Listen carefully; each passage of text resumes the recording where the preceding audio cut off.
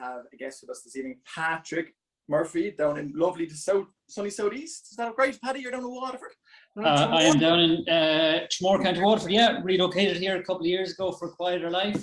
And you were up here for years. You were in Dublin for most of the time prior? Yeah, well, I was in Dublin on and off for 20 years before coming down here. So it's been a nice change and a timely change, and I was lucky with when and how it happened and everything that has happened since. So luck is a recurring theme in my career, Daniel.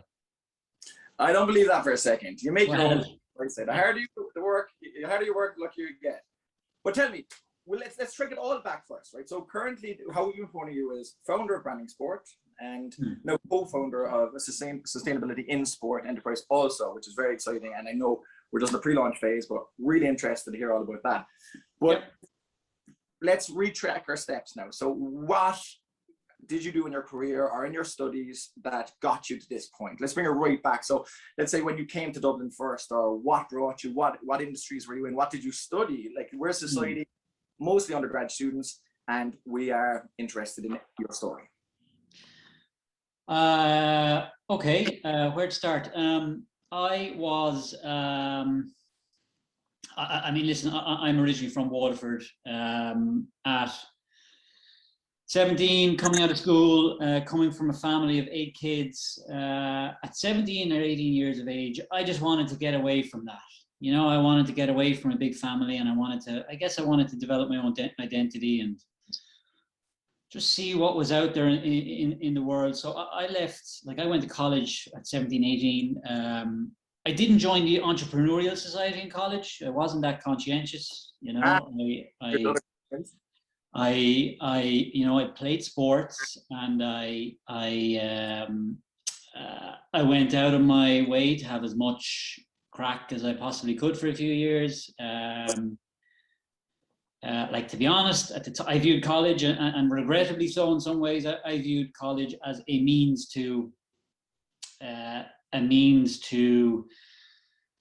that. I didn't view college as I didn't study something that I was super passionate about. So it was a means to get out there in the world.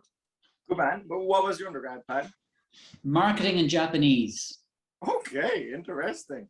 Yeah. Well, look, at least you kept on to one of them. Well, I don't know. I've never asked you about your Japanese. You might still be as competent in Japanese. Did you ever do in a marketing part? I kept up the marketing part, yeah. Like, weirdly, it's the Japanese bit that got me back into the area of marketing. So between finishing college and kind of bumming around for a few years and backpacking and doing those things I needed to get out of my system, I ended up working as a Japanese translator for an online casino in Gibraltar. Go on. So, like, at 24, 25 years of age, and kind of realizing I didn't have any, like, I wasn't an accountant or a doctor or a teacher or an engineer. I had this vague understanding of marketing. I had lived in Japan for a couple of years, and I spoke pretty good Japanese. I arrived back to Ireland at 24, 25, and kind of, there wasn't a path, you know. I'd missed out on all the graduate programs. I kind of skipped that little phase in life, and I ended up working as a translator for a Japanese translator for an online casino in Gibraltar, which was great fun and a nice life experience. While I was there, I went from doing Japanese translation into working on the kind of promotion side of the business and into some of the marketing side of the business. And then through a little bit of personal networking and a little bit of luck, Paddy Power came knocking. Okay. Is that what you call yourself when you pick yourself up? Is that like a nickname that you've given yourself? No, it's not. No, the actual Paddy Power. The actual Paddy Power. Okay. They came knocking, and I took a marketing job with Paddy Power back in the mid-noughties, which was which I guess was the start of my career. It was the first time I went into an office to work and to learn and to get on. I suppose I joined Paddy Power at a really good time. They weren't the massive organization that they are now. They were quite entrepreneurial. Even though I was a junior marketing guy, I sat, 10 yards away from the CEO, and at that time there was a culture of, if you've got an idea, you can walk into the CEO's office and pitch it to him. Which I guess I did a couple of times to varying degrees of success. But so I spent, I guess, my formative professional years working at Paddy Power. It was a marketing role. It was early stage kind of digital marketing. We would have been one of the biggest spenders on digital marketing at the time, and we would have been trying a lot of new things in digital marketing at the time. So in hindsight, it was a really good learning process. Really good, just really good place for a young person to go in and learn stuff, but also be given an opportunity to do their own thing. Yeah, which I think is an important mix. And like what you were saying there, your story coming out of undergrad, I just hear that so frequently. Is, we go in with this preconceived notion, out of your leaving cert, you're going to be on this path, and like, especially at that stage coming out of undergrad, it's just like there's so much transitions that one has to go through before they find their event, like, as more solid path. But that's interesting. I didn't know that. So I was Paddy Powers was in Dublin when you were working there. Paddy Powers was in Dublin when I was working there. I was out in Tala before they moved in beside UCD there. I spent 3 years at Paddy Power, and learned a lot. Like I said, lots of opportunity to do stuff and experiment, and we were at the cutting edge of kind of digital marketing at that stage. My peers who joined at the same time did really well, built careers on Paddy Power and stayed there for a long time and rose to senior positions. I kind of, after a couple of years, decided I can't commit my professional career to the betting industry. What was that based on? Was that morals, ethics, or was it just not satisfying you? Morals and ethics, I guess. I suppose the trigger for it was during Cheltenham, which was, Cheltenham at Paddy Power was this huge big, like, it was, you worked 16 hours a day, but it was a big party as well, and everyone was buzzing, and there was all talk of what was happening and winning and losing. And I remember sitting down during Cheltenham week and looking around going, God, I don't care about this stuff. I don't care what horse won. I don't care how much money Paddy Power made or lost. I just don't care. So I pretty much got up and handed in my notice. Good man. I pretty much said to my boss. There was some hangover for your boss. I pretty much said to my boss, I don't think I can do this anymore. I just don't. I'm just not passionate about it. And like, things will be going as well as possible financially, but still, when you know what you know, and you got to move.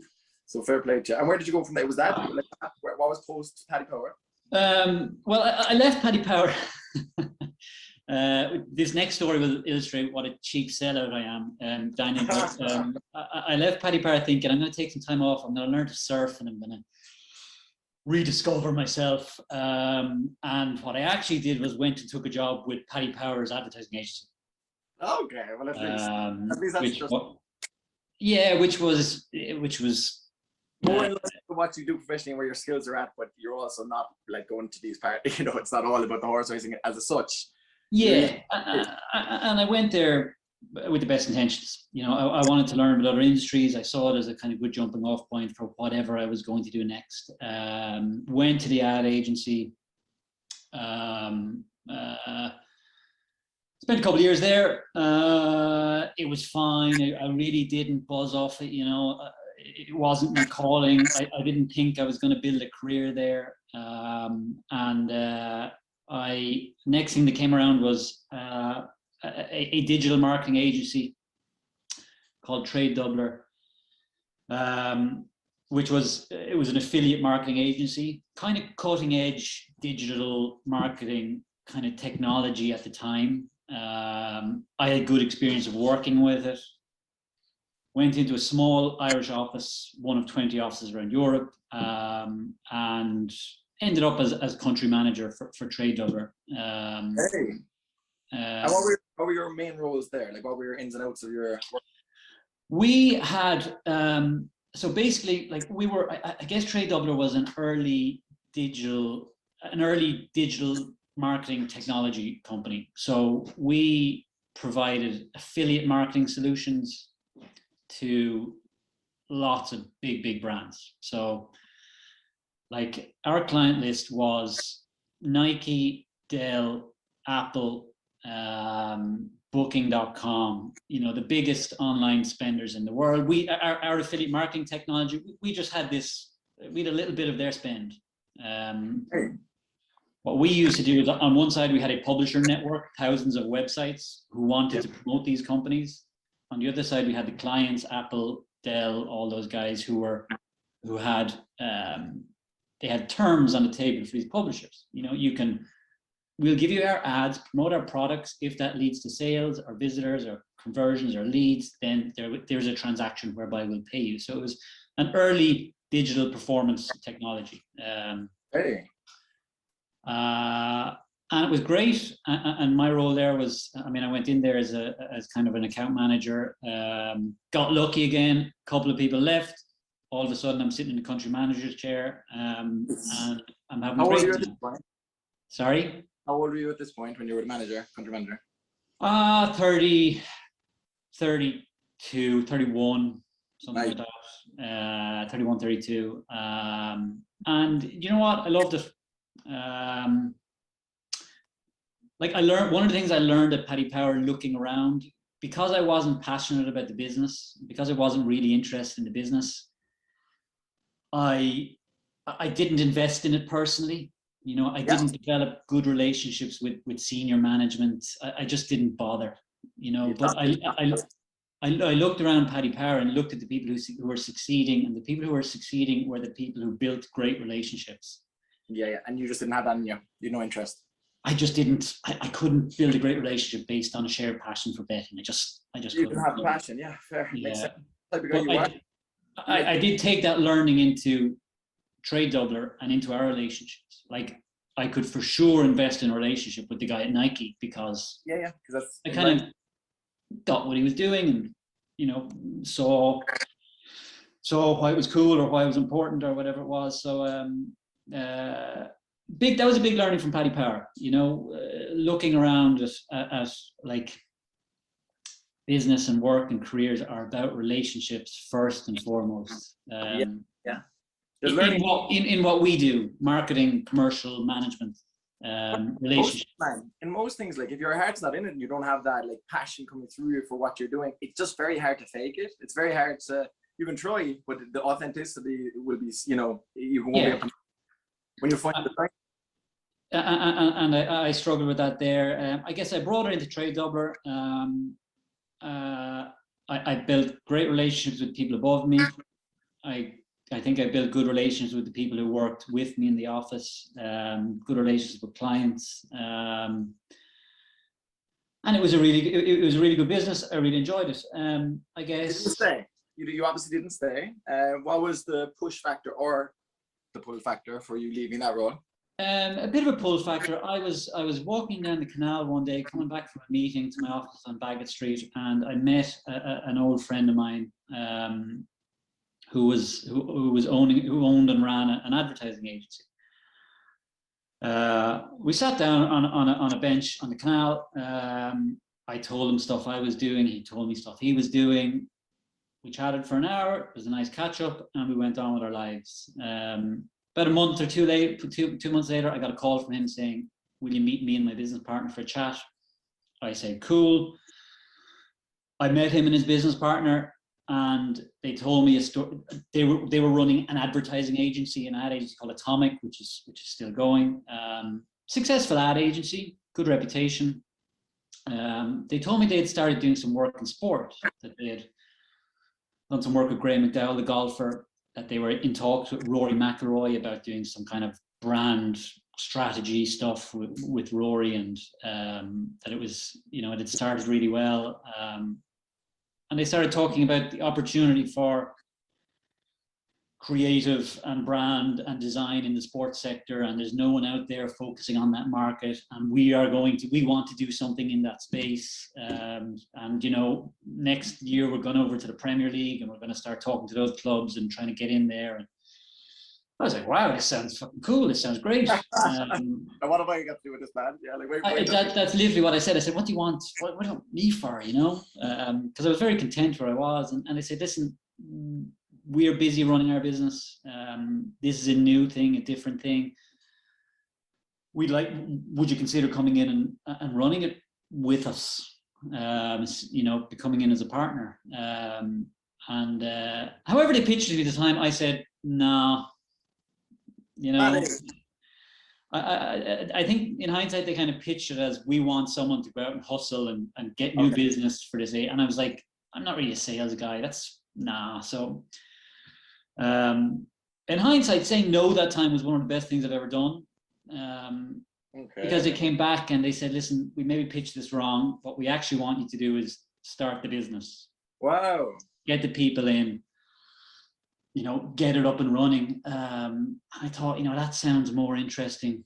And over the course of a few coffees and a few beers, and some plans on the back of beer mats,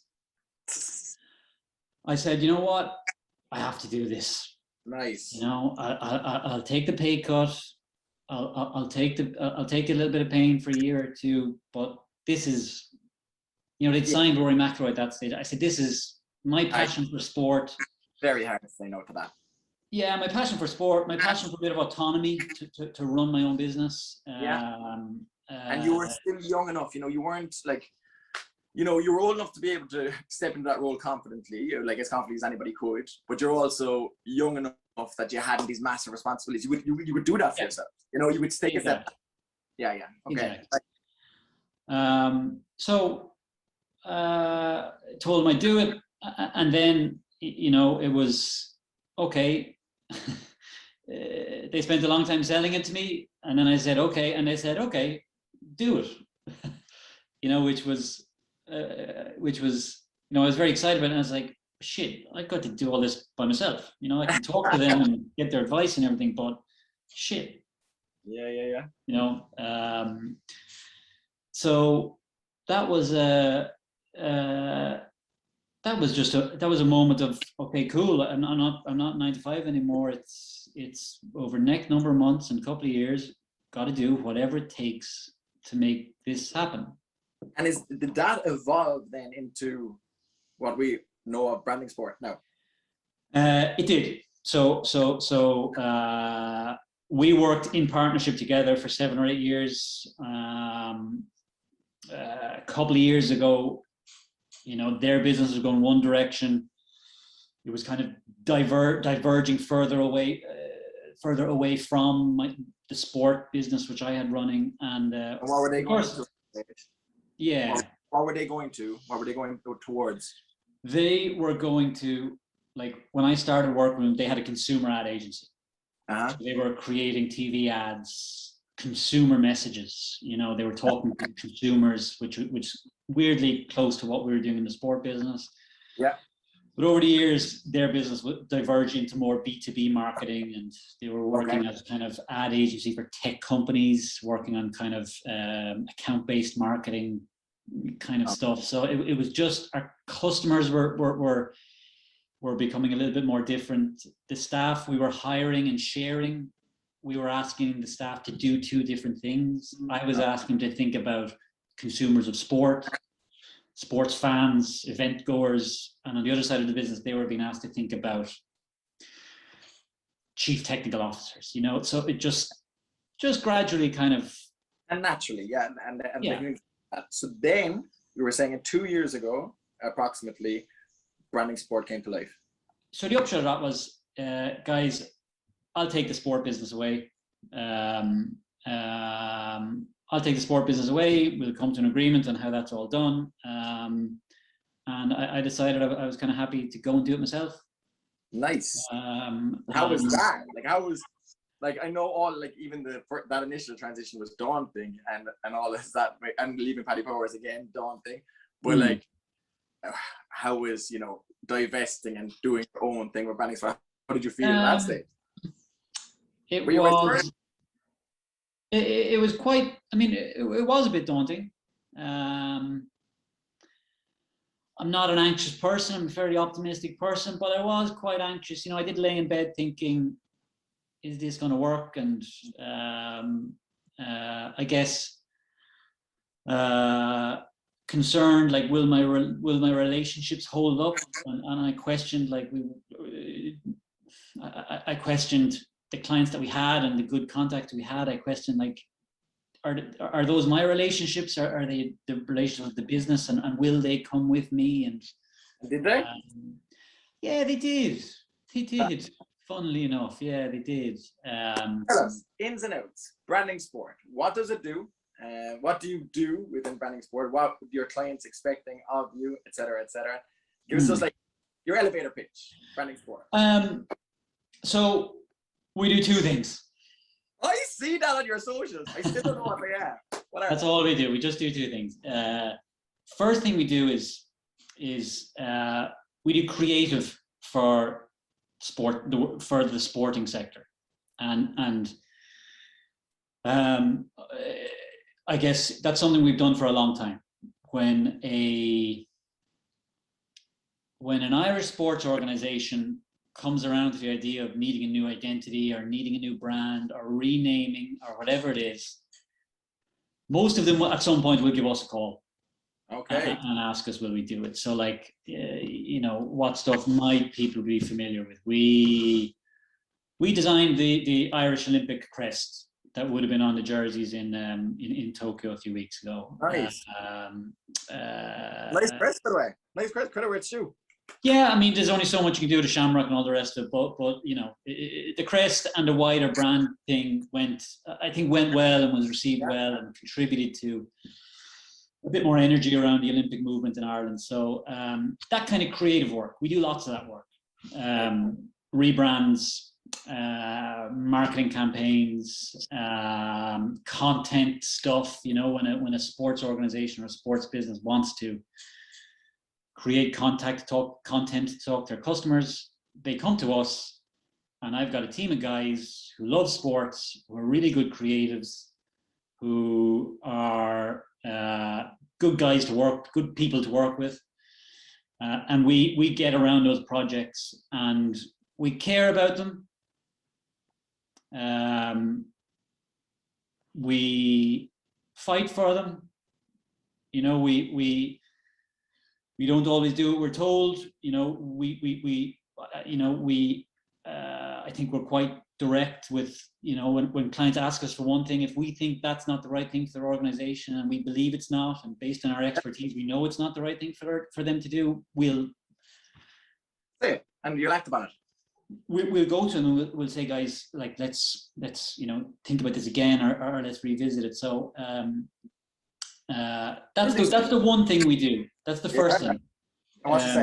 The first thing is create for sport, and it's a nice thing, and we all love that design creative element to it. So that's the first thing. The second thing we do is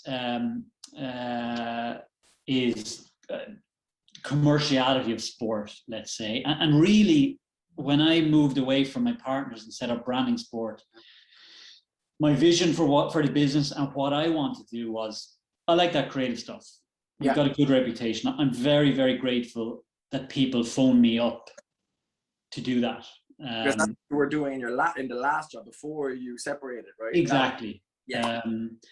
Super grateful when Leinster Rugby phone me up, or the European Tour or whatever, and say, Paddy, we need help with it. Really, like I said, really grateful that happens. The second thing is the commerce of sport. So I guess over the years working in sport, and working on a lot of creative stuff, that's gotten us involved in sponsorship. That's gotten us involved in big capital projects, club building a stadium. How do we promote it? How do we communicate to our fans? It's got us involved in the organizational structure of sports organizations. What people do we need to run our business and promote our sport? So over the last number of years, I've just been fortunate enough to be around the table for these conversations. And I've been asked to contribute from a brand creative comms point of view. And I feel like I've learned a lot. I feel like I know how these guys operate. I feel like I know what fans expect and what they want. And I feel like I'm able to identify opportunities for them to grow. So the second thing we do around that commerciality of sport really is, like I refer to it these days as special projects. So Daniel, it could be anything from like over the last number of years, special projects, European Tour have a problem selling title sponsorship of tournaments. Paddy, why are we finding that difficult? What's the solution? What can we do differently? Who do we need to hire to do it? You know, so the branding and the marketing is more like strategy, like at a higher level. Yeah, it's a big bit of consumer behavior. You know, it's like, why are big brands in Britain not willing to sponsor the British Open? Why are big brands in Ireland not willing to sponsor the Irish Open? Why aren't big brands in Spain not willing to sponsor the Andalusia Masters? So why is that? What can we do differently? And then let's do it. A bit of psychology in that, Paddy. A bit of psychology in that. A little bit, and I'd fancy myself as an armchair psychologist, Daniel. We all do. We all do. So that's a special project. Another special project is like I'm working with a cycling team on a kind of an ongoing basis, and you know, cycling is a weird, difficult, dysfunctional kind of sport. And the opportunity we've identified is, can we connect this team with a much younger audience and a female audience? So like, what content do we need to create to do that? What channels do we use? Interesting. How do we measure it? What do we do with our partners? Is it working? Yeah, it's working. It's not an instant win. It's slow progress. It's consistency is what's going to win it at the end of the day. Female sports is the area, right? Am I right in saying that there's a big emphasis and a big opportunity? You know, I'm just seeing, you know, female sports everywhere. It's great to see. I'm like, you know, my background is physical education, but it's great to see more of it and seeing more opportunities. For sure. You know, I'm thinking about. There's an inherent challenge there, and I'm working with one company at the moment. They're a management agency, and they talk about their clients, and then they talk about women in sport, and that's also what they present to the world. Okay. Here's our clients. Here's all the guys you might want to deal with, and over here we've got women in sport. Yeah. So that's the problem. Well, like, it's a problem that, like, we're going to go off on a massive tangent here. We just don't have time. But I say this all the time. We all got to be feminists in order for there to be equality. You know, like, so you know, for there to be equality, we have to go hard on the inequalities, and you know, and that's one particular area. But anyway, we digress. So that's the second thing we do. So that's the second thing we do in branding sport. Now, those special projects, I absolutely love, and you know, if I am successful in any way, and I'm pretty sure I'll be the least successful person on this program over the next few weeks. If I'm successful in any way, I'm successful in, I work, you know, I've developed a business in an area that I love, and people come to me with problems, which are opportunities, and that's the special projects side of the business, you know. Amazing, and like that's what, like, you know, I'm trying to become more of an entrepreneur, and I'm reading all the right books, and I'm with obviously the right society, but that's all you want to do, right? Fulfill that gap, be that guy that people will turn to when they have a problem that you can solve, give it at the right price, everybody wins. Yeah, and you know, I like doing that, and I have guys who work with me who love being engaged in that. I guess, like, I'm quite conscious. We haven't touched on entrepreneurship yet, and which is fine. But I suppose what I wanted to say is, those people who come to me with problems, sometimes it's the CEO of a sports organization, or sometimes it's a guy who's left a senior job because he wants to start a sports business and he's got a great idea and everything. So like I get pitched a lot. Yeah. What I get pitched with is, I'm starting something in sports. Can you help me? How can you help me? And what is the model for you helping me? Mm-hmm. Now, 9 out of 10 of those pitches, I dismiss out of hand. Okay. For lots of reasons. Might not be a personal fit, don't believe in the product or service, don't have time, whatever. But I guess, to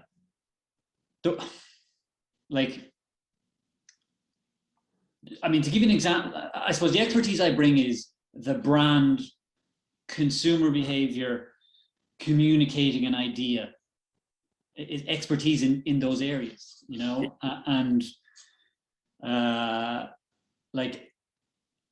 for people out there who are thinking about a product, a service, an idea that they can bring to market, the thing we do is brand and creative, and how do you express that? How do you make people care about it?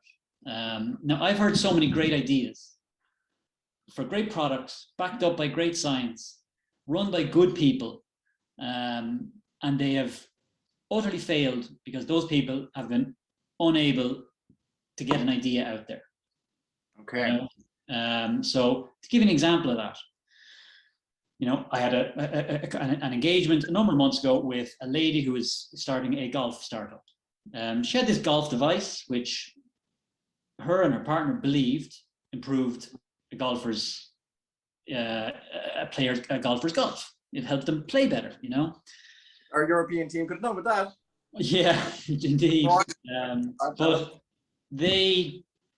she had this great product. She'd invested so much into development and prototyping and production and science and research, and she was developing all these early stage partnerships. She was saying to these people, if this works, we want to work with you, etc., etc., etc.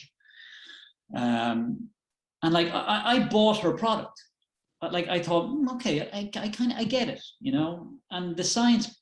You also wanted to get your handicap down, though, no doubt. Well, that's kind of almost given up on that. I'll take anything. I suppose what I'm getting to is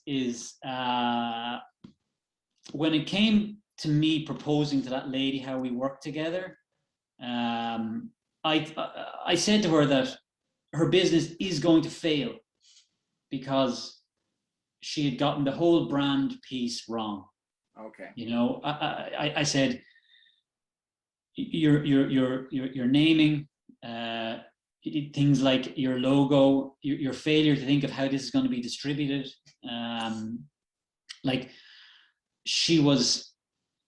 Her business is going to fail because she hasn't invested in the idea of her product and what it means to customers and where she wants to position. She thinks if the science is right and if the production is right, people are going to buy it, and they're not. No. And the unfortunate thing, my alarm clock's going off here. It's definitely not time for me to wake up. I know what that is. Anyway, so 12 hours early. But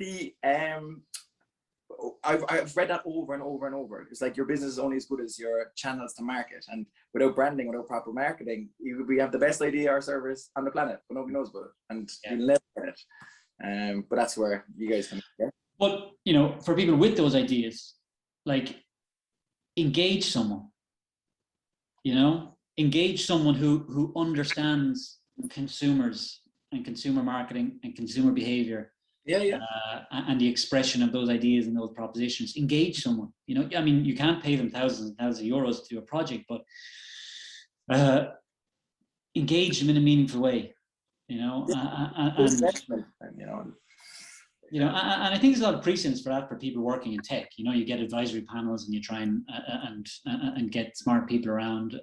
But if it's a smaller business, if it's a smaller personal kind of startup, whatever, find someone who has that ability, who understands brand and perception and consumer behavior, and engage them. And if you pay them in pints, or if you pay them 100 euros a month for 10 months, try and engage them in a meaningful way, you know. Okay, good investment, and I'd say that's good advice. Yeah, and I know, yeah, from experience, I know that's very important, Paddy. So tell us now. So this is something that I'm interested in. So I had a bit of background in branding sport, and I'm saying anybody that's in the audience will be aware that we had a pre-existing relationship. But that's fine. But what I'm most interested in now that I didn't know much about, I know about branding sport. Tell me, you have something new. You have a new iron in the fire. Sustainability in sport, potential startup that's in the pre-launch phase. What is it about? What was your motivation for taking on another challenge, and what are your hopes for it? It came about through a contact and through just reconnecting with someone, having a coffee.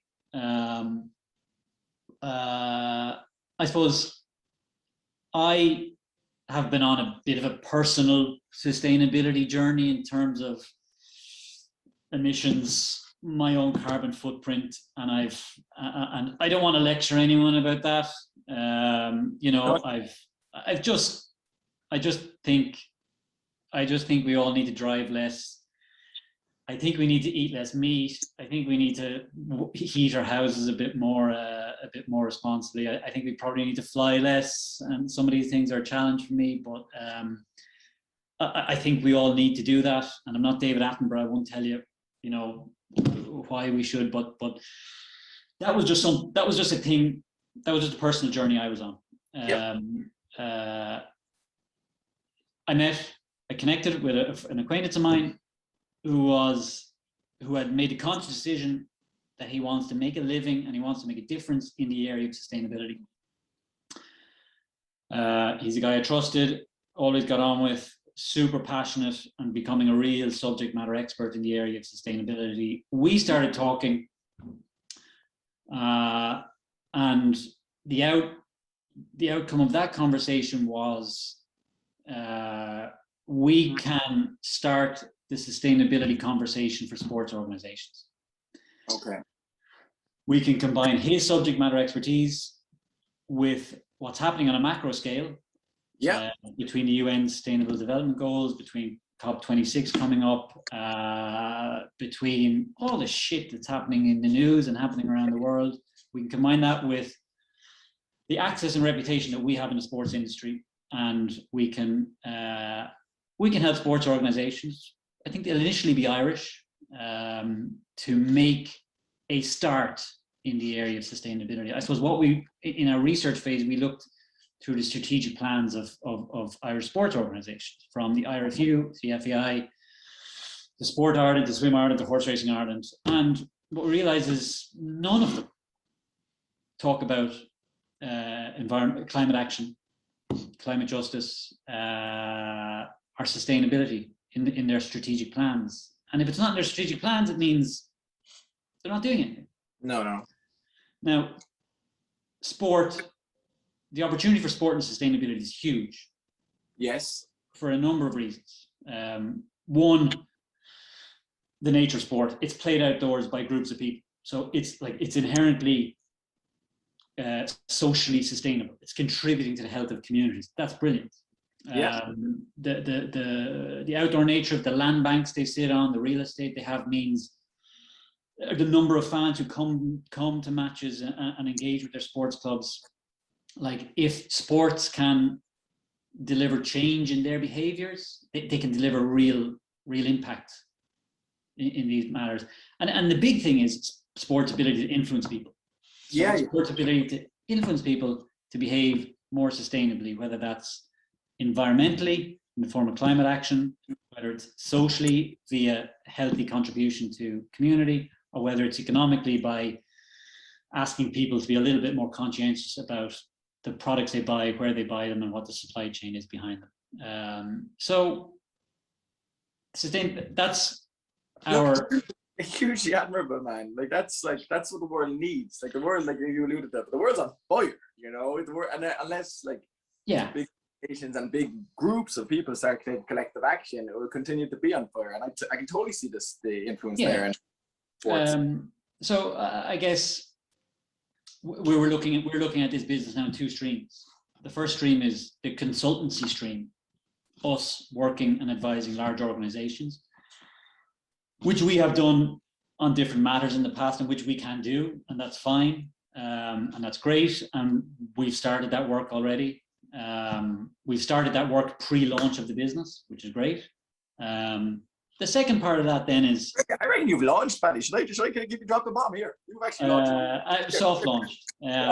But the second element of that, which is the entrepreneurial challenge now for me, is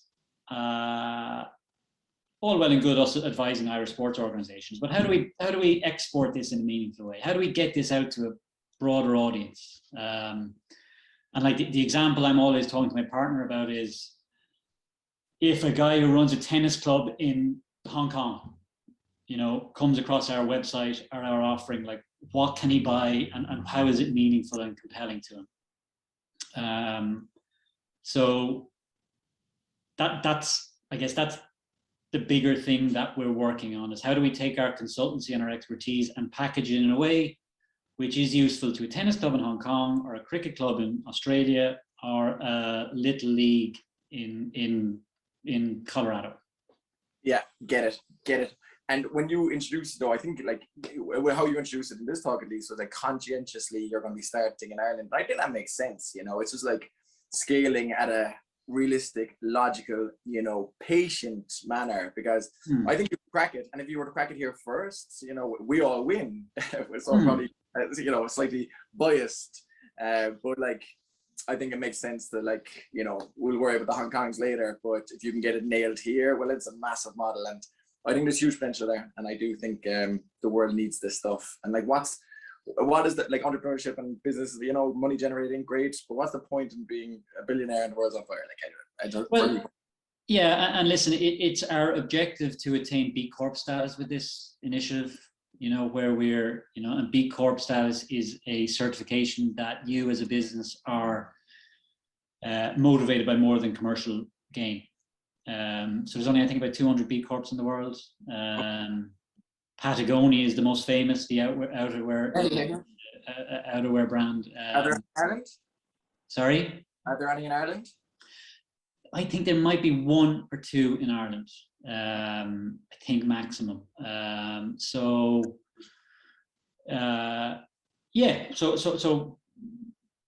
that's an interesting, you know, for the last 10 years, I've sat down with business partners and we've thought about how much money can we make. You know, how many more clients can we get? How much more revenue? How can we increase profits? The flip of that conversation to, well, we do want a commercially successful business, but the B Corp thing is actually important to us. That's an interesting change of pace. I'm hoping that it will be more commercially successful than the previous stuff. Well, look, we wait with bated breath, but I'm sure, Paddy, knowing you and knowing everything that you've achieved up to now, you'll give it your best, you know, best go, and you make a great fist of it, and hopefully it works out, because look, that sounds like it's going to benefit everybody. Hopefully. So look, Paddy, most of the people on this call, right, would be students, including myself.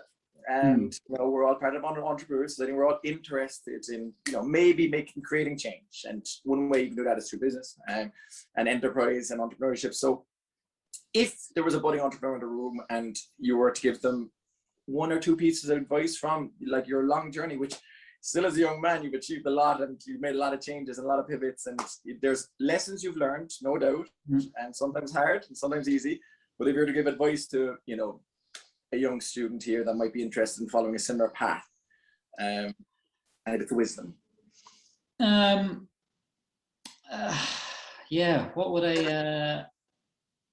I say to my younger self? Maybe listen. I said early on in this chat that relationships are everything. You know, and it took me a long time to learn that. It took me a long time to learn that.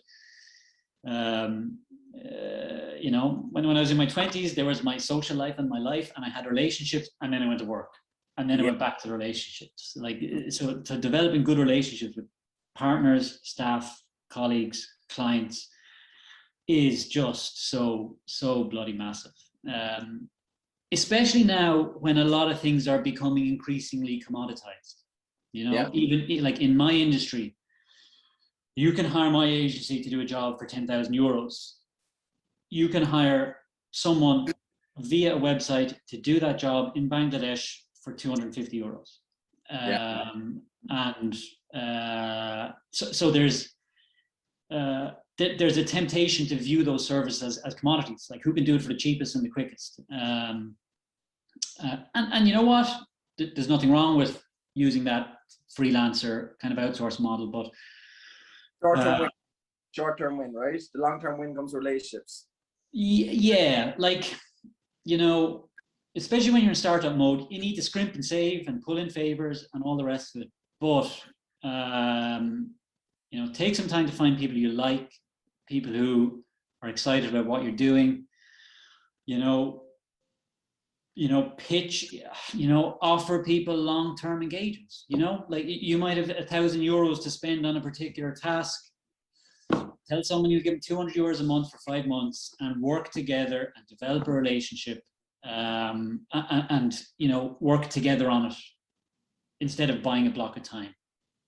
You know, so in starting a business, you're going to need lots of those relationships, supplier relationships, partner relationships. Invest in them. Don't treat anyone as a commodity.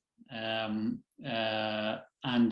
if you can pay a freelancer 100 euros a month for 5 months, you know, that could be the start of a really important relationship for your business. So on the relationship side, that's look, solid advice, man. Solid advice, and you know that's like my philosophy as well. And you know, people, we can't do anything by ourselves, and no person's an island. No way.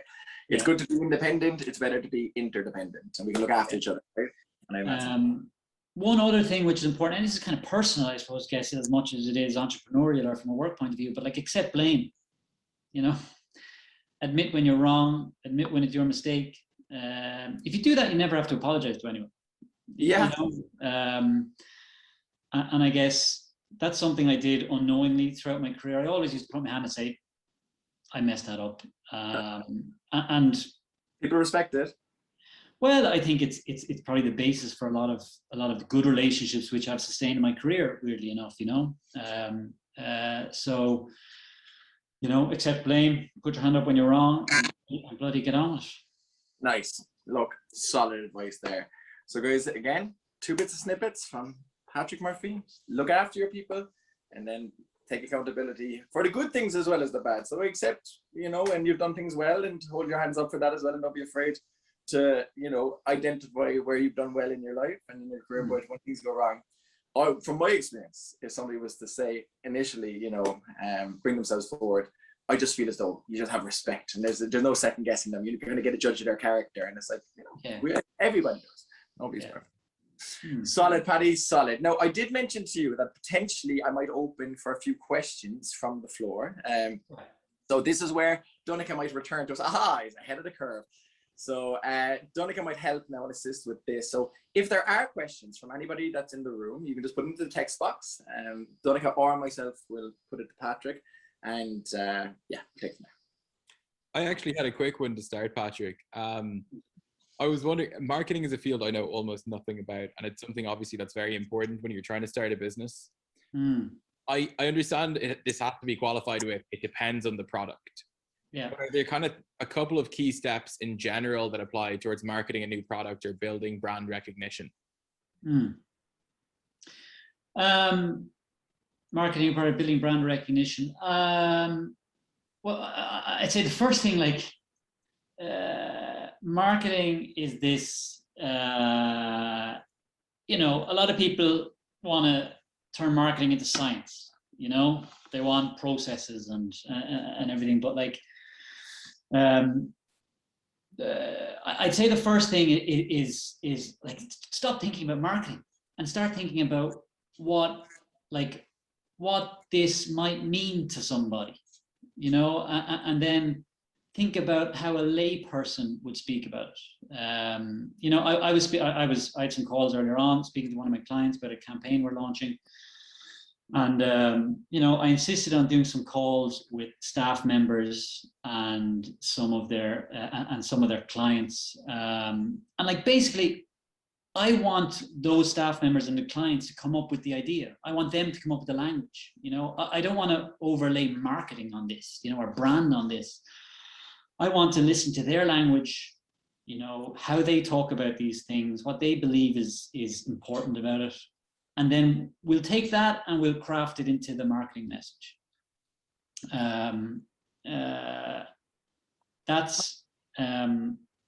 That's the first thing. You know, talk about this product or this service as a human and not as a marketer, because most marketers are, you know, like me, complete pain in the arse. But talk about your product as a human and extract and develop your marketing from there. And then the second thing is like a recurring problem I see with startups and small businesses is they get bored of their own message really quickly. You know, they try to create a message to bloody break the internet, which is literally an impossible thing to do. And they get tired of what they're saying very quickly, and they want to change before what they say develops any equity, you know? So, you know, try and get that message and proposition and language right, and then commit to it, you know? And that can be a boring thing in a way because you think everyone's tired of it, but the fact of the matter is no one's bloody heard of it yet. So don't get bored of your own. Don't get bored of your own stuff. You know, commit to it. You know, give it a chance. Great, of course. Great advice. There's another question here from Darina. So the question is, what advice would you give to somebody that wants to start a marketing career? So again, there's a lot of people here that haven't, you know, they went from school into college and they're on to the next step. And if they wanted to kind of really get into the marketing career, what would be their best advice for, let's say, 22-year-old? What would be? Well, I think there's good news for 22-year-olds. I think 10 years, 15 years ago, 20 years ago, when we hired people, we hired them through the lens of, can I make this person do what I know? You know, can we train this person to do the things I understand and the things I'm good at? That's like recruiting an army, you know? The change I think we've seen is, and I know this from hiring people in creative services over the last number of years, is when I sit down in an interview now, A, you don't care if they're wearing a suit. B, I don't care where they went to college or what they got in their leaving cert. You're kind of we're looking now for young people coming into our business. We're looking for people who can do the stuff we can't and know the stuff that we don't. So, you know, insight into how they engage with social channels, insight into how purpose might be important, a brand's purpose might be important to a young person now where it wasn't important to us 10 years ago. So I do think that's a positive development. We're no longer looking to put someone in sector 7G. I think in the marketing area, we're looking for people who come with their own insight and their own ideas and their own perspective and their own little bit of expertise. Marketing and marketing agencies and brand marketers are obsessed with insight. You know, take everything you know and position it in a sentence to me, and we'll spend $2 million on that marketing campaign. Okay. So like, what's your insight into something? And it might be very relevant. It might be very relevant to the product and the business you're talking to, but if they can see that you can process information and develop an insight and develop a concise insight, you know, take your pick of jobs. Okay, well, solid. So, and like people don't think like this because like business schools don't teach that. Like MBAs and like undergrad business would be like do X, Y, Z, and you know it might not be necessarily what employers are looking for. There's a few more questions here. I have a question for you as well, Patrick. We're almost running out of time. Before you ask it, Daniel, Donica, as someone self-confessed doesn't know anything about marketing, did that make sense? That was a brilliant answer. No, yeah, I really appreciate that. I hope to be able to apply it as I start to try and build something. But yeah, I hope I can. We'll see. I'll let you know. You should know in about 6 months whether it worked for me. Okay, perfect. And Patrick, so last question that I'm going to ask you this evening is that if somebody wanted to reach out to you, and if somebody wanted to touch base again or follow on from this conversation, they might have a question, they might be interested in your businesses, they might be wanting to help or looking for an internship or whatever the case may be. How can people reach out to you? What's the best avenue to find you? Patrick@brandingsport.com. Pop us an email. Email is on the website. Yeah, I'm not a social media animal, so you can look me up on LinkedIn or get me on Twitter or whatever. But pop us an email is the main thing. I suppose here's a bit of a. Sorry, Daniel. Patrick@brandingsport.com. Yeah, and here's what I would say to people out there.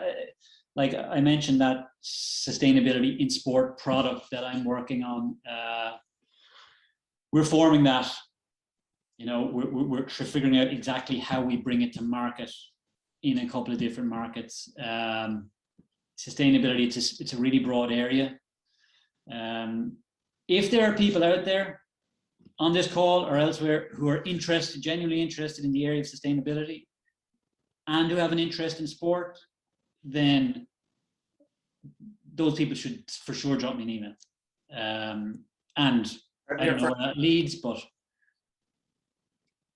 happy days, Paddy. Happy days. Look, well, we appreciate that. That's more than we were expecting on this call. But if anybody is interested in sustainability and or sport, drop Paddy a message at patrick@brandingsport.com. Sustainability and sport. Okay, I just slid that in there because I'm interested in sport. I'm going to email it. Paddy, I want a job. Right. The priority would be an interest in the area of sustainability. We can figure out the sports bit of it, but yeah. We know what side the bread is buttered on. Sustainability as a preference, sport as a bonus. Fantastic. Yeah, look, Paddy, that's all we have time for this evening because I'm just respecting other people's time more than mine, and I just want us to finish on time as best we can. I know